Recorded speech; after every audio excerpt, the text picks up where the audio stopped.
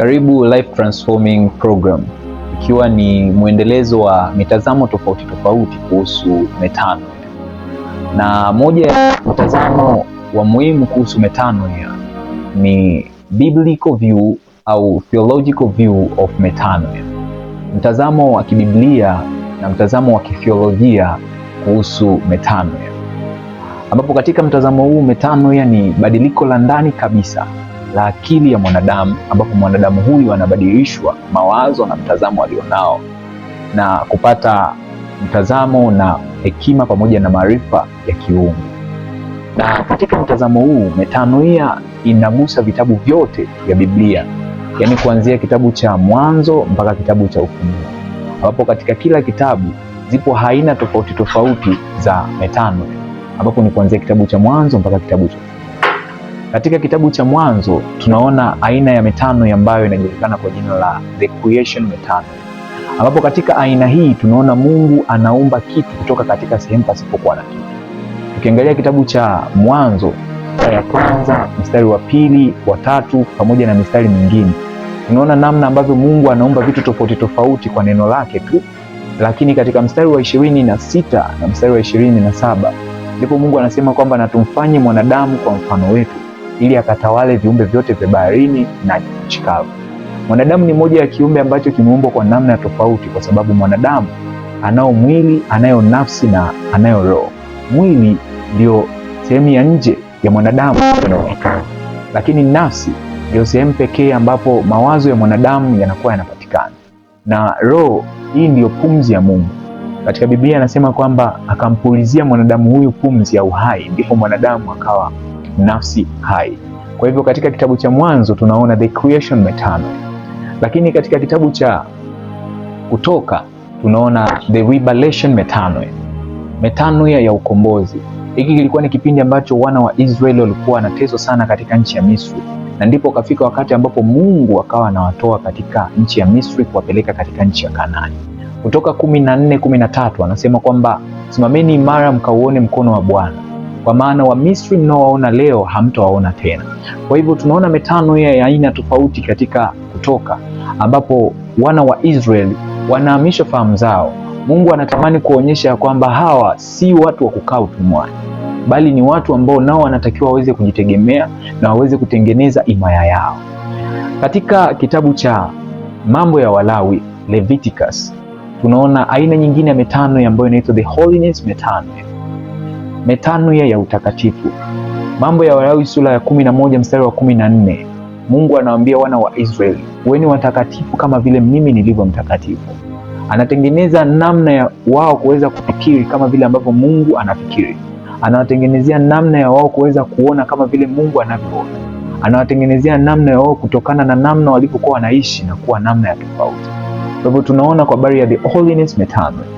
Lakini katika kitabu cha Hesabu tunaona kwa habari ya trust metanoia, metanoia ya kuamini, ambapo katika kitabu hiki cha Hesabu ni wakati ule ambapo wana wa Israeli walikutana na changamoto ya njaa. Ndipo ambapo Musa akatengeneza nyoka wa shaba, akawaambia waweze kumtazama. Ndipo walipokuwa wakimtazama walikuwa wanapona.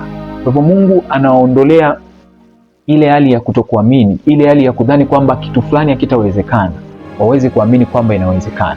Na jambo hili lililofanyika katika kitabu cha Hesabu ni jambo ambalo lilifanyika katika namna ya kimwili, lakini ni jambo ambalo limekuja kutimizwa pia na Yesu Kristo ambaye alikuja akafa msalabani.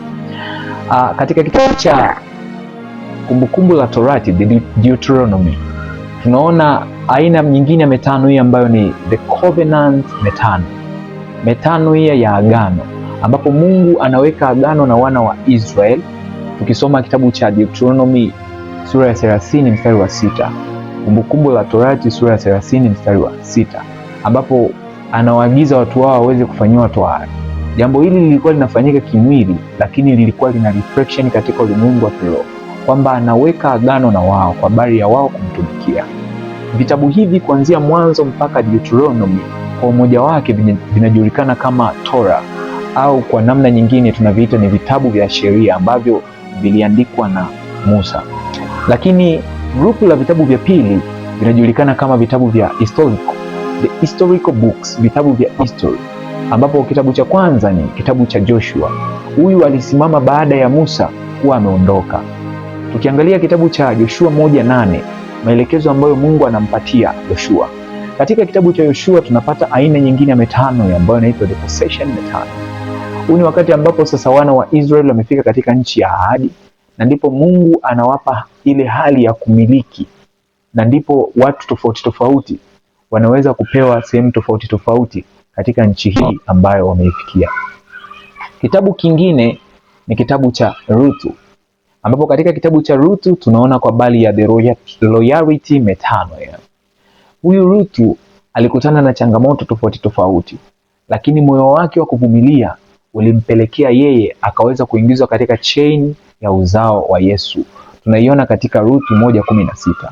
Kitabu kingine ambacho kinapatikana chini ya Joshua ni kitabu cha Waamuzi, ambapo wapo waamuzi tofauti tofauti waliotokea katika nchi ya Israel. Hii ilikuwa ni baada ya wana wa Israeli kuwa wanaasi na kutenda mambo mabaya. Mungu alikuwa kuna watu ambao alikuwa anawainua, wanafanyika kama waamuzi ambao wanaomba kwa Mungu na Mungu anapata kuwasamehe. Kwa hivyo tunaona aina nyingine ya metano ya katika kitabu cha Waamuzi ambacho inajulikana kama the crisis metano. The crisis metano kilikuwa ni kipindi ambacho wana wa Israeli walikuwa wanatenda mambo mabaya mbele za Mungu, na ndipo ambapo Mungu anawaweka mikononi mwa watu ambao watawasumbua, na ndipo baadaye wanainuka tena watu ambao ni waamuzi ambao wanawasaidia wana wa Israeli kuweza kutubu na kuweza kurudia njia yao. Kitabu kingine ni kitabu cha Samueli wa kwanza, ambapo katika Samueli wa kwanza tunaona metano ambayo inajulikana kwa jina la the leadership metano. Ni metano ya uongozi, na katika kitabu hiki cha Samueli tunaona aina tofauti au tunaona tofauti ambao Mungu anaonyesha tofauti yake yeye na wanadamu. Anasema kwa habari ya yeye haangalii kama vile wanadamu wanavyoangalia, bali yeye Mungu anaangalia moyo. Ilikuwa ni kipindi ambapo kijana mdogo ambaye hakuweza kutarajiwa katika familia ya Yese, yani Daudi, anaenda kupakwa mafuta na Samueli kuweza kusimamishwa kama mfalme baada ya Sauli kuweza kuasi na kuenda nje na matakwa ya Mungu. Hii tunaiona katika Samueli wa kwanza sura ya 16 mstari wa 7. Lakini kitabu kingine ni Samueli wa pili. Tukiona katika kitabu cha Samueli wa pili sura ya 12 tunaona kwa habari ya the kingship metano, au kwa namna nyingine tunasema the repentance kingship metano. Ni kwa habari ya metanoia ya kutubu kwa mfalme. Ulikuwa ni wakati ambapo Daudi alitenda kosa, na ndipo akaamua kujishusha na kwenda kumuomba Mungu msamaha, aweze kumsamehe kwa habari ya dhambi aliyoifanya. Na ndipo Mungu akaisikia sauti ya Daudi na Mungu akaamua kuachilia msamaha kwa Daudi. Lakini kitabu kingine ni kitabu cha Wafalme wa kwanza. Tukiangalia Wafalme wa kwanza sura ya 3 mstari wa 9, tunaipata aina nyingine ya metano ambayo inaitwa the wisdom metano. Ulikuwa ni wakati ambapo Daudi amemkabidhi mwanaye ambaye ni Sulemani kitu aweze kuwa mfalme, na Sulemani alianza vizuri na Mungu. Ulikuwa ni wakati ambapo Sulemani alizungumza na Mungu na kumwomba Mungu aweze kumpa hekima ambayo itamwezesha kuweza kuamua watu wa nchi yake, na ndipo Mungu anamwambia ya kwamba hekima umepata, na tazama nitakupatia utajiri na mali nyingi, na utakuwa mfalme mkuu kuliko wale waliokuwako kabla yako. Lakini tunaona katika kitabu cha Wafalme wa pili aina nyingine metano ambayo inaitwa the warning metano. Ulikuwa ni wakati ambapo Sulemani baada ya kuwa na hekima akaamua kuoa wanawake wengi sana katika nchi za kigeni ambao Mungu alimwagiza na aliwaagiza wana wa Israeli wasiweze kuwaoa. Tukiangalia hapa ni wakati ambapo Mungu anamkanya Sulemani, anamwambia kwamba kwa sababu umeshindwa kuisikiliza sauti yangu, tazama sasa nitaugawanya ufalme wako, na hii haitatokea kwako bali itatokea kwa mwana wako. Kwa hiyo tunaona the warning metano ya onyo. Kitabu kingine ni kitabu cha Mambo ya Nyakati wa kwanza, ambapo tunaona aina ya tofauti ya metano ambayo inaitwa the worship metano ya kuabudu. Ulikuwa ni wakati ambapo Mungu baada ya Sulemani kuweza kutengeneza lile hekalu na kuweza kujenga hekalu, wana wa Asaf wakiwa wanamsifu Mungu. Tunaona katika mistari tofauti tofauti katika kitabu hiki cha Mambo ya Nyakati wa kwanza. Lakini tukiangalia pia katika kitabu cha Mambo ya Nyakati wa pili tunaona aina nyingine ya metano ambayo inaitwa the revival metano ya uamsho, ambapo katika kitabu hiki cha Mambo ya Nyakati wa Pili sura ya 7:14 anaposema kwamba ikiwa watu wangu walioitwa kwa jina langu wakijinyenyekesha na kuomba, wakiacha njia yao mbaya na kufuata wakiacha njia yao mbaya na kupata kunifuata mimi, anasema ndipo mimi nitasikia kutoka mbinguni na kupata kuiponya nchi yao. Lakini kitabu kingine ambacho kinaonyesha metanoia katika vitabu vya historical books baada ya Mambo ya Nyakati wa Pili ni kitabu cha Ezra, ambapo katika kitabu hiki cha Ezra tunaona aina nyingine ya metanoia ambayo inaitwa the word oriented metanoia. Yaani ni wakati ambapo Ezra aliamua kulisoma neno na kupata kuvitazama vitabu ambavyo kipindi hicho vilikuwa vimeachwa tu wana wa Israeli walikuwa wavisomi. Ndipo alipolisoma neno hili, kusanyiko zima wakaamua kulia, wakajisikia huzuni kwamba walikuwa wanaenda na wanafuata namna isiyokuwa sawa. Tunaona katika Ezra 7:10. Lakini kitabu kingine ni kitabu cha Nehemia, ambapo katika kitabu hiki Nehemia 8:8-9 tunaona aina nyingine ya the metanoia ambayo inaitwa the vision metanoia. Ulikuwa ni wakati baada ya uongozi baada ya Nebukadneza walipokuwa wamechukua nafasi, ndipo wakampata kumruhusu Nehemia aweze kurudi kuweza kujenga nchi ambayo ilikuwa imeharibiwa. Lakini kitabu kingine ambacho kinafuata baada ya Nehemia ni kitabu cha Esther, ambapo huyu alikuwa ni binti katika familia isiyodhaniwa kabisa, akiwa na ndugu yake Mordekai ambaye alimlea. Esther alikuzwa katika malezi ambayo ni nje na mabinti wengine waliokuwa na uwezo walivyokuzwa. Na katika kitabu hiki cha Esther tunaona aina ya tofauti ya metanoia ambayo inaitwa the courage metanoia, metanoia ya kutiwa moyo.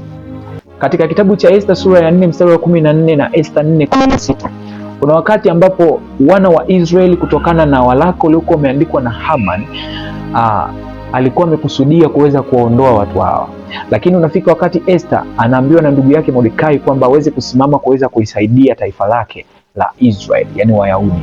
Ndipo Esther anasema kwamba atakubali kufanya hivi na yuko tayari kuweza kufunga kwa siku 3 na kuomba, na anasema kwamba nitakwenda mbele yake, yani mbele ya mfalme, na kama nitakufa basi acha niweze kuondolewa, ni kwa sababu ya watu ambao Mungu amenipa. Hii ni fezi ambayo tumeangalia aina tofauti za metanoia katika historical book. Ipo fezi nyingine ambayo tutaendelea kuangalia vitabu vingine tofauti.